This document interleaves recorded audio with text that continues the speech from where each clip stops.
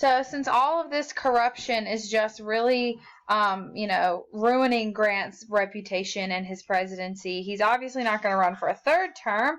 So we've got some new guys up for election in 1876. The Republican is going to be a guy named Rutherford B. Hayes, and the Democrat will be a guy named Samuel Tilden. Now, every party always wants to bring out candidates who are going to cater to what the voters think is the most important issue on the table. Like this election, overwhelmingly voters, after voting a couple of weeks ago, said that they thought that the most important issue this year was the economy. So obviously, the Republicans and the Democrats both want to put up people who they will argue are going to be good for the economy. The same thing was happening here at this time in 1876. People thought that the most important issue was this political corruption. So both of these guys have backgrounds and reputations that make it seem like they're going to be helpful with ending some political corruption. Rutherford B. Hayes was a Union general, so he had military background. Any type of military background is always good when you're running for a political office. You get a lot of bonus points with that. He also had served in the House of Representatives, so he knew how to work in Congress, and he had good relationships there, which sort of sends the signal that he'll probably be able to get a lot of stuff done with Congress. And he had also been the governor of Ohio, so he knew how to be in the executive branch and run a state like he would run a country. Now, when he had been the governor of Ohio, he had gotten this reputation for being honest and very strong against corruption. So that's basically one of the main reasons the Republicans picked him. On the other side of things, the Democrats, Samuel Tilden, they nominate him. He had gotten a very strong reputation from fighting corruption in New York City. He had been one of those main guys trying to hunt down and arrest Boss Tweed when they uncovered the Tweed ring and things like that. So political corruption was sort of the center of this election. When the vote gets counted, Samuel Tilden comes out with 51% of the popular vote, and he carried every single southern state. But Republicans said that the votes had been miscounted in 3 states, in Louisiana, South Carolina, and of course Florida, because apparently Florida never knows how to vote or count their votes. So they did a recount, and when they did the recount, they said that Hayes won all 3 of those states. But then, the Democrats were saying, no, this isn't true. You just made this up. So they contested it. And anytime we have a contested election like that, it goes to Congress to figure out what's going on. So Congress creates a commission specifically to solve the problem, made up of 5 senators, 5 representatives, and 5 Supreme Court justices. It was sort of split with just one more Republican than Democrats. And they sat down to figure out a plan. What were they going to do? And what they came up with, we call the bargain of 1877 or the compromise of 1877. And what they agreed was that the Republican would be president, that Rutherford B. Hayes would be president, but in exchange, the South wanted Reconstruction to be over. And they needed 3 things to make that happen. Number 1, they wanted all of the troops from the Union out of the South. They wanted to end Southern occupation. Number 2, they wanted a Southerner to get a powerful cabinet position. Not something dumb like a Secretary of Transportation or Agriculture or just something lame like that. They wanted something good, like Secretary of State or Secretary of Treasury or the Attorney General or something exciting like that, so that they felt like they had a voice in the White House. And then the third thing they wanted was money. They needed federal money to build railroads and fix the ports ruined during the war and to improve infrastructure damaged during the war and all things like that. So they give it to them, and the election of Rutherford B. Hayes marks the end of Reconstruction. So Reconstruction left some really long-lasting effects on many, many different groups. We'll start with African Americans. So obviously, the most important thing to come out of the effects on African Americans is going to be the end of slavery, right? We get the Reconstruction Amendments 13, 14, and 15, which not only end slavery, they grant citizenship to African Americans and provide voting to African American men, which is great.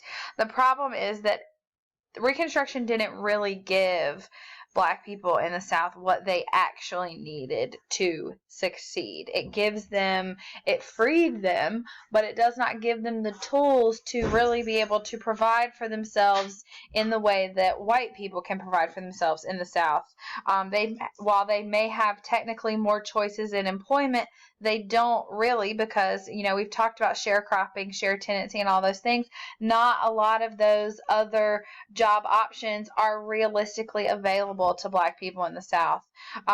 One good thing to come out of this is when the Freedmen's Bureau begins a movement to educate Black people in the South, that's going to continue, into the next several generations. Obviously, we'll see segregation being a major part of education in the South, but we'll talk a lot more about that next semester when we get to the Civil Rights Unit, when we get to the Civil Rights Unit.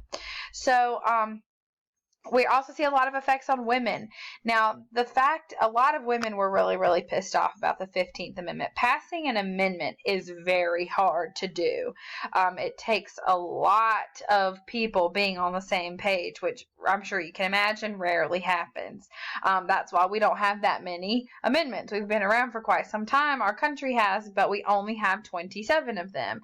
And so going through the motions of adding another amendment to the Constitution about voting, but not including women in it, is insulting, and it seems very intentional, and a lot of women are very unhappy about this. So while that is bad, the good thing that comes from that is that Reconstruction and leaving women out of that voting amendment, it sparks a new life into the debate on women's suffrage, and we get a lot of new suffrage associations for women out of Reconstruction. The American Women's Suffrage Association is founded.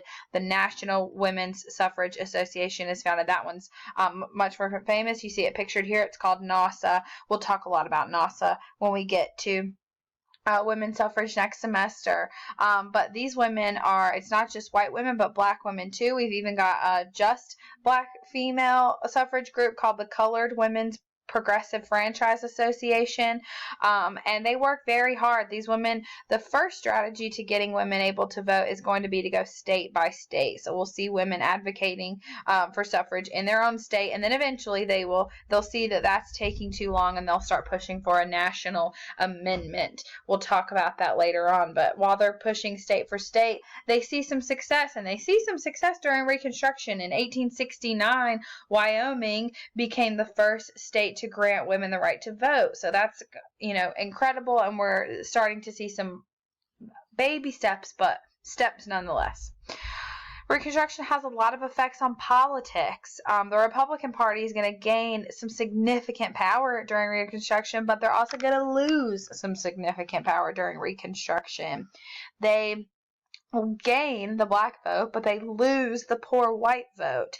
So Republicans are also going to become known as the party of big business, the party of economics, the party of capitalism. And that's a reputation that's still around today. So that's sort of one of the longest lasting things to happen to the Republicans during Reconstruction. But we're also going to see some things happening to the Democratic Party. The Southern Democrats are going to start they're going to start isolating themselves from the National Democratic Party. They're going to start to feel separate. The South is very good at alienating itself and saying, we're the South. No one understands us. No one respects us, that type of thing. And that's basically what the Southern Democrats were doing. But definitely one of the biggest effects of Reconstruction is going to be the effect on government power. The federal government gained so much power during Reconstruction by taking over the southern states and controlling pretty much everything they did. And in the end, people see how damaging all that control can be, and people see, that a balance of power is going to be preferable. Unfortunately, when Reconstruction ends, we don't get a balance of power. We see the federal government try to overcorrect, and they pull back too much, and that's really going to be at the expense of African Americans, because the South is going to be left, to reconstruct itself over the next century, and we know that that's going to involve a lot of problems. It's going to involve the KKK many times. It's going to involve the Civil Rights Movement. It's going to involve poll taxes. It's going to involve segregation and Jim Crow, and it's going to be a slow process, but eventually we will get there.